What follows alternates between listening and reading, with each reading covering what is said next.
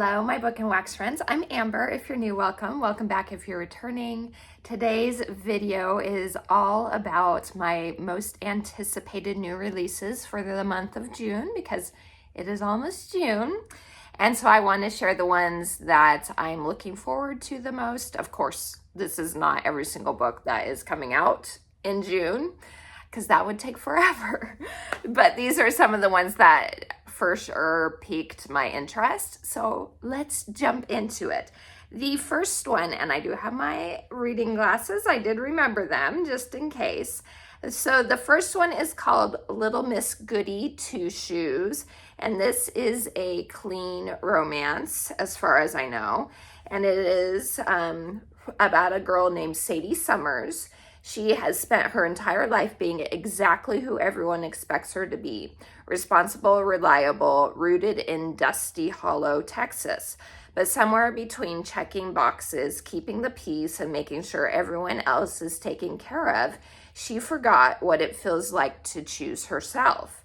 When she stumbles upon a list titled "Tried Something You've Never Done Before," Sadie begins to wonder what it might look like to step outside her carefully ordered world, to want more than what's safe and familiar. What she doesn't expect is for the list to lead her straight back to Milo Carter. Milo was her first love, the one who left town, the one who never really left her heart. Now he's back, older, steadier, and certain about what he wants. And what he wants is Sadie. So it sounds like it could be good. It's giving me a tiny bit of a Courtney Walsh book. Of course, I don't remember the name of it, but yeah, I can't remember, but I'll put it down here. But it's reminding me a little bit of that. In that she ends up having this list for happiness that she's trying to check off. But that was more of a women's fiction with a little bit of romance, and this seems like it's mainly a romance. So, sounds good. And the cover is super cute. All right, the next one is The Unicorn Hunters by Catherine Arden. Oh, and I forgot to say, sorry guys. June 1st is when that first book comes out. And then Catherine Arden's book comes out June 2nd. So Catherine Arden, if you're familiar with her as an author, is the one that wrote the Bear and the Nightingale trilogy. And so this is a new book by her. So let's see what the synopsis says.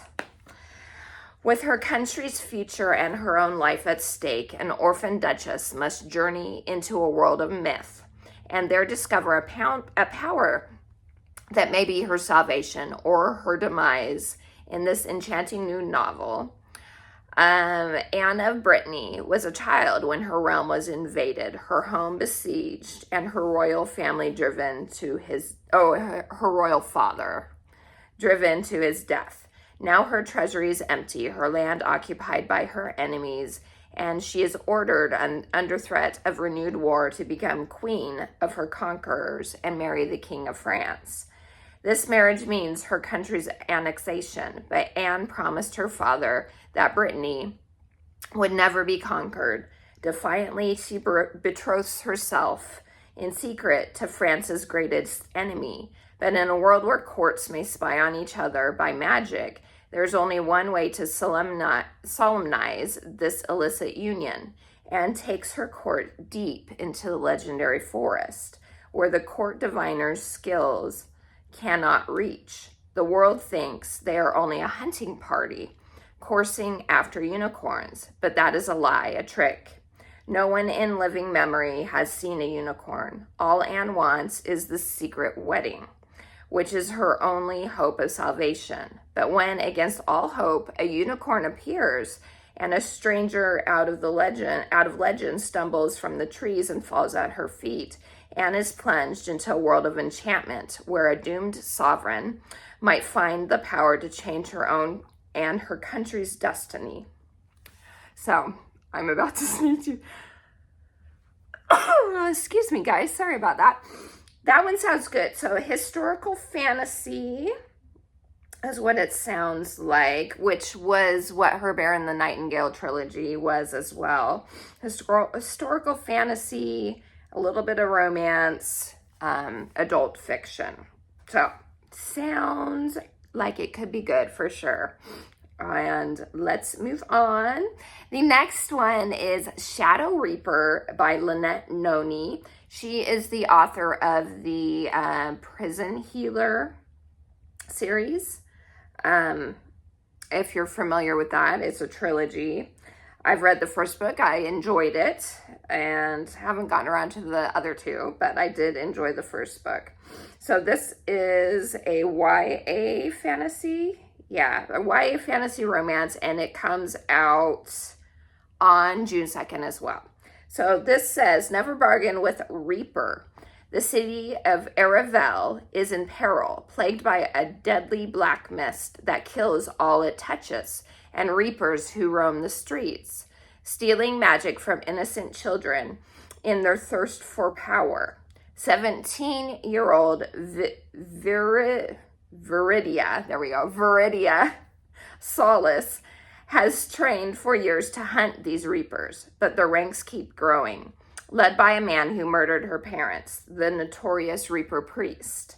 When the priest's most loyal follower, Reeve Ashton, is captured, he offers Viri a chance to avenge her parents for a price. She knows better than to bargain with a Reaper, let alone this Reaper, but his offer is too good to resist. Soon she's breaking him out of prison, colluding with his crew of magic thieves and following him deep into the Black Mist Forest in search of an ancient legend.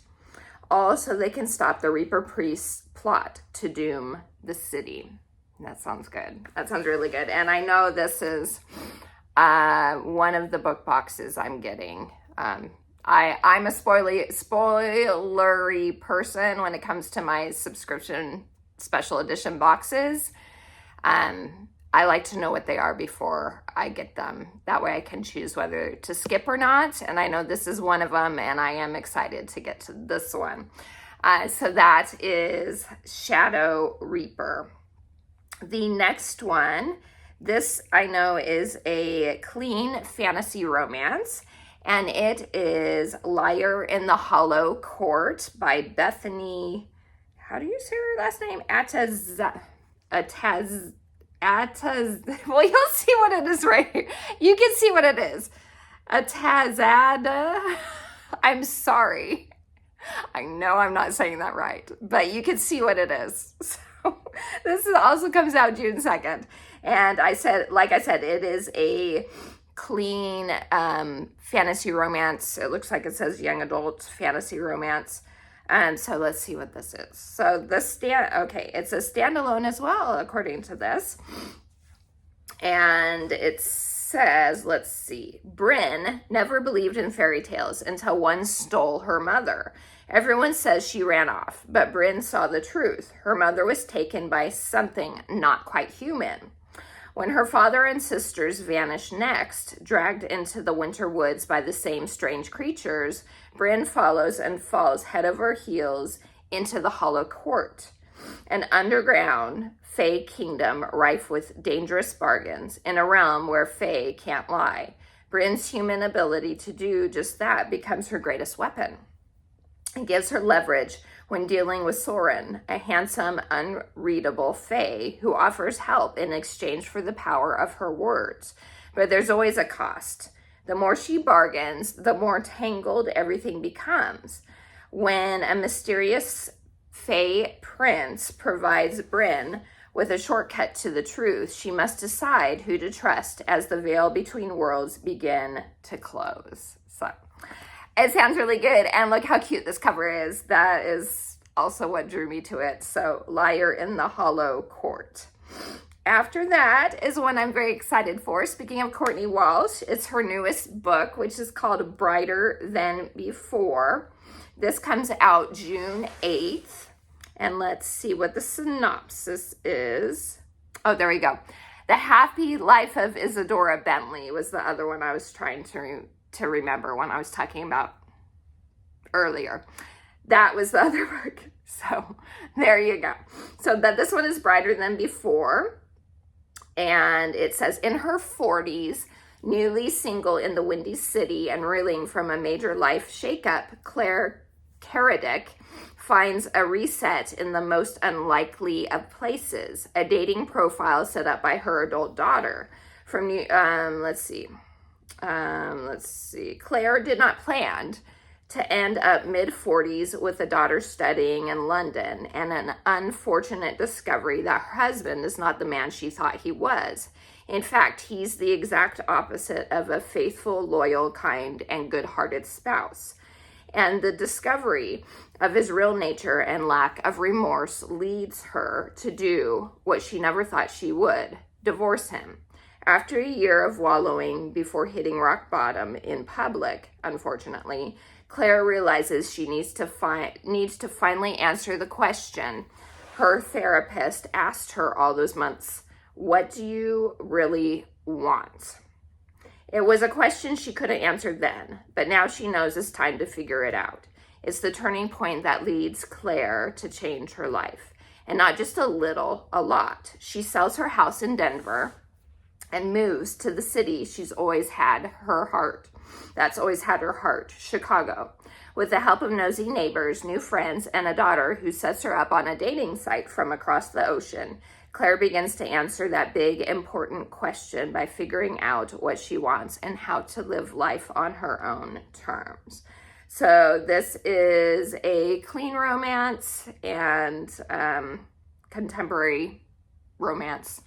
So I love Courtney Walsh. I think she is a fantastic author, and I'm excited to get to that one. That one I did pre-order, so I am anxiously waiting for it. And it is going on my summer TBR, even though definitely watch that video if you haven't watched it yet. That one I didn't include, but there's a ton of others that I did include that I want to hopefully get to this summer. So I will link it at the end for you guys, my summer TBR. All right, after that is one that I think is a cozy fantasy. Yeah, cozy fantasy, and it is called The Reimagining of Thornwood House by J. Lee Johnson. This comes out June 9th, and another cute cover. What can I say? You guys know I'm drawn to beautiful books. And so that does help when I decide to read the synopsis, whether it draws me in or not. So, but this is such a cute cover. Okay, let's see what this one's about. A witch and her young ward discover a magical walking house, that's fun, and learn the true meaning of home in this cozy, enchanting novel. Evelyn Sharp is accustomed to dealing with natural disasters as a land witch, but she longs for a life with a little less danger for her and her adopted daughter, Ruby. So when the opportunity to take over as caretaker of Thornwood House, a sentient home that acts as the magical heart of the village of Iskendra, I'm pretty sure, arises, it seems almost fated. When they arrive in sunny Iskendra, Evie and Ruby find the house is nothing like what they thought. First of all, it has walked away from the address. Thornwood House is grumpy, guarded, and extremely hesitant to allow two witches through its doors. Armed with gentle hearts and wild magic, Evie and Ruby begin to form tentative bonds with the house and the citizens of the small town. But there's something deeply damaged about the building seeping into the forest surrounding Iskendra, and Evie will have to use all her power to protect the roots she started to grow. That sounds really cute. You know, I love the whimsy, and so that one sounds like it will be a wonderful, cozy, whimsical read. So that is that one. Then after that, this is, I think, just a contemporary fiction. Yes, historical fiction called Villa Coco by Andrew Sean Greer. This one comes out June 9th as well. And the cover, again, was what drew me to the book. No surprise there. So yeah, this says summer, contemporary, historical, adult fiction, literary fiction, possibly even, it says. All right, coming of age novel, a love story and a tale of life enhancing winner. Okay, Andrew Sean Greer. Let's see. Broke and directionless, our young man takes a job in the Italian countryside as the all-purpose assistant to Lisabetta, known to her friends as Coco, a strong-willed, wealthy widow of great local renown. Trained as an archivist, he thinks he's been hired to catalog the contents of the beautiful, crumbling mansion nestled in the green Tuscan hills. But what are his actual duties? Days are spent ridding the house of a Martin, whatever that is, located in the septic system, entertaining an endless carousel of guests, from bohemian painters to elderly princesses to unnervingly handsome nephews, attending a funeral in order to make off with the urn and not inadvertently sabotaging Coco's great and final plan to locate the lost love of her life and be reunited before it's too late.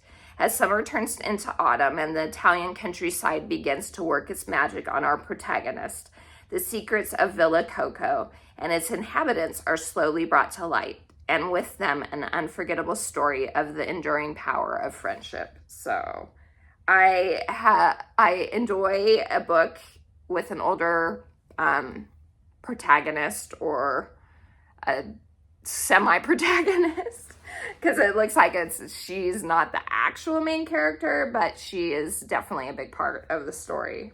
So Villa Coco could be good for sure.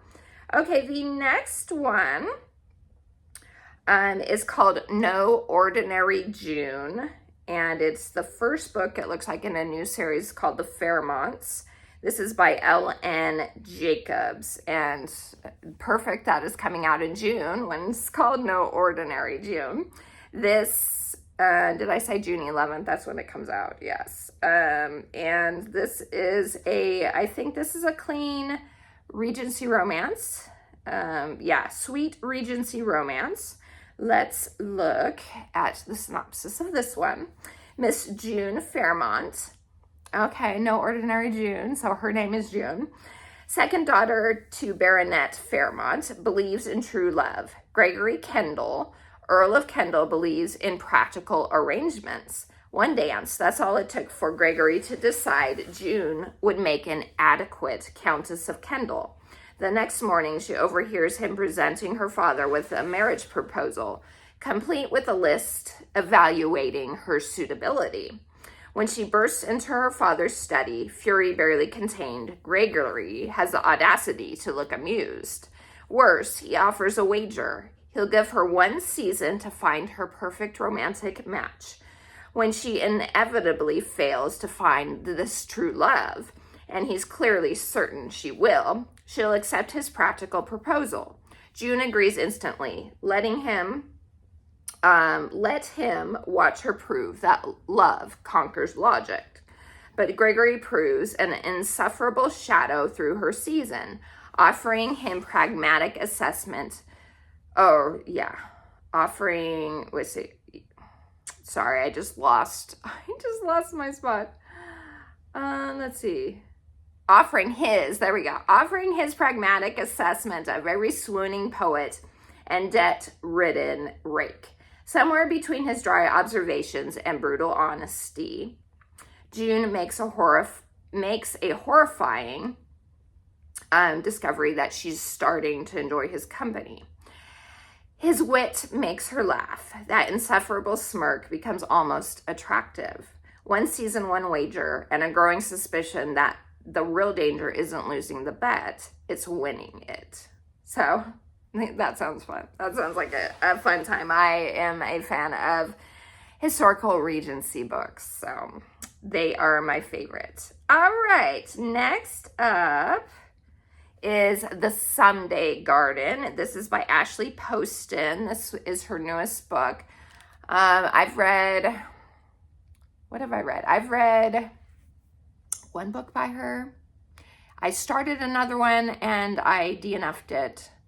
And yeah, I think I've only read another one. So that one I enjoyed.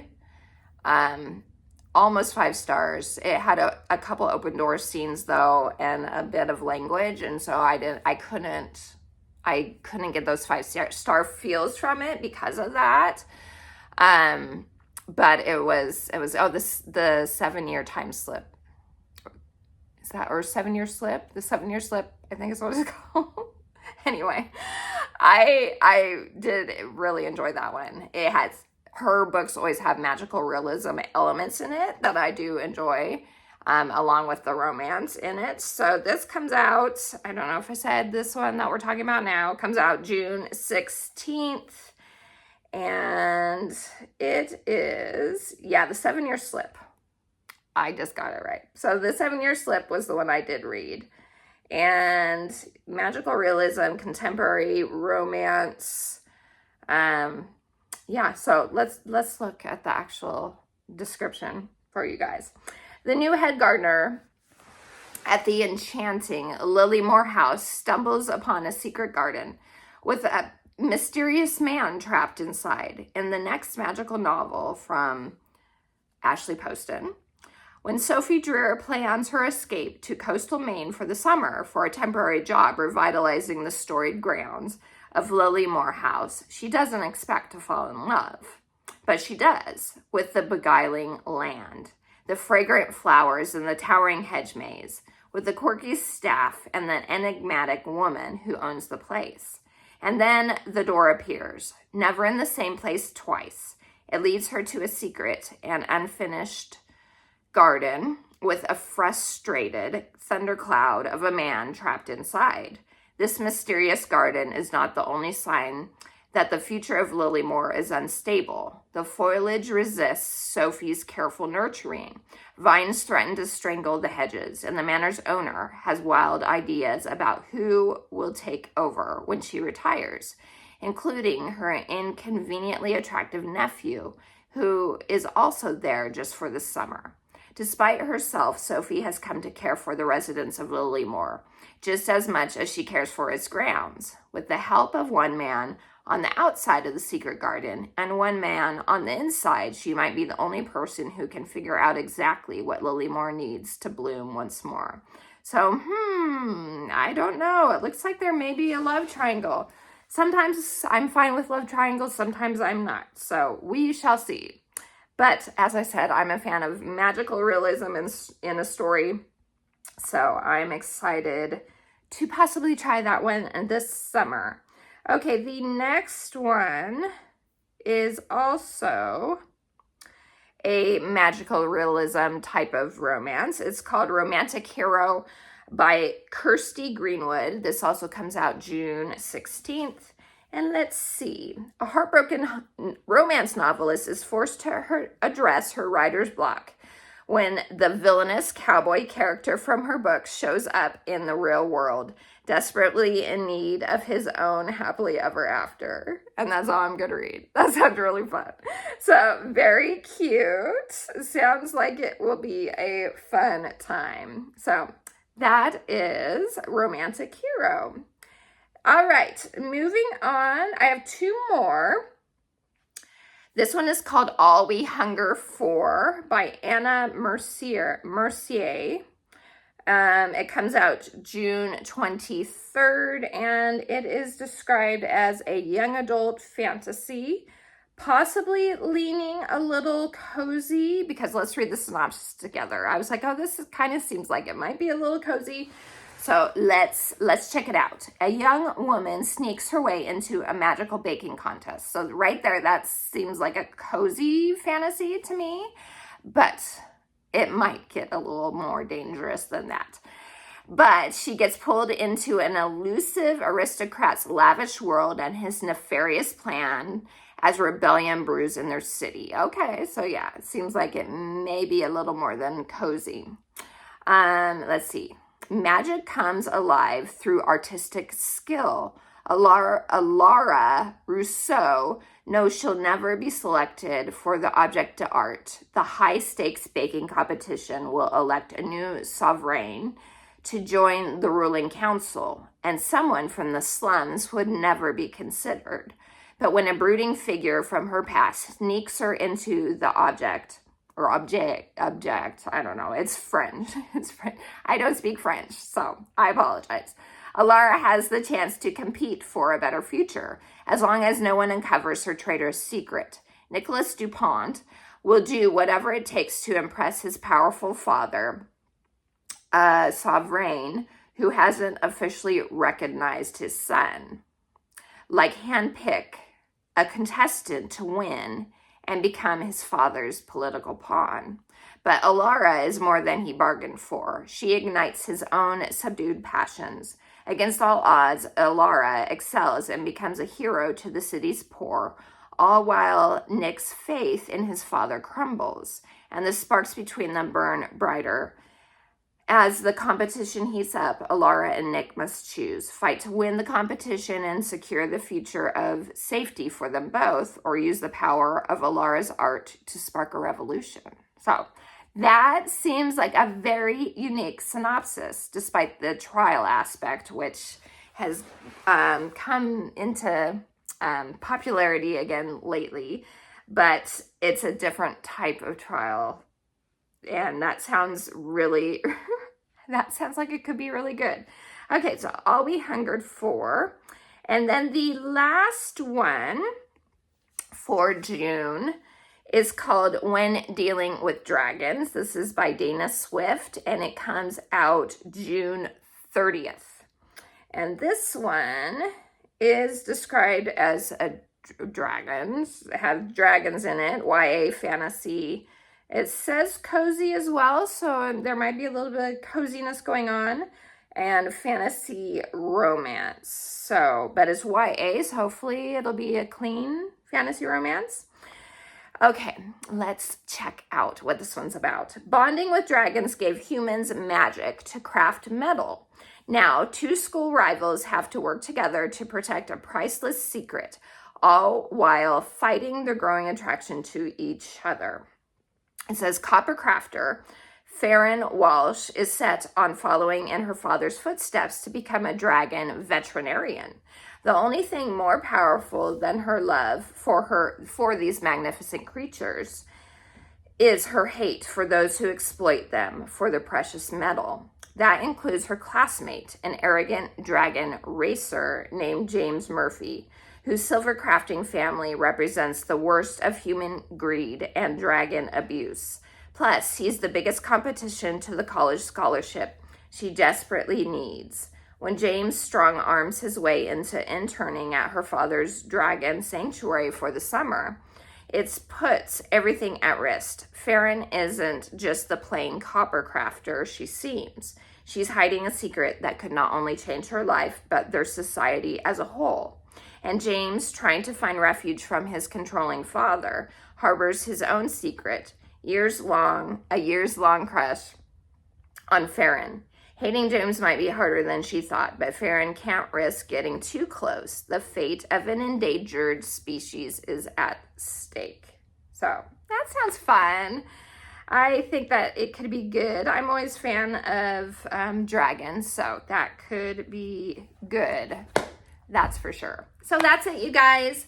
I appreciate all of you. Thank you for spending time with me, for sticking around till the end. If you have, please put a dragon emoji if you have nothing to say, if you've watched till the end. I am so appreciative of you all, and I hope you have a wonderful rest of your day. Please like and subscribe for more book and home fragrance content, because I do post about both. And until next time, TTFN. Ta-ta for now.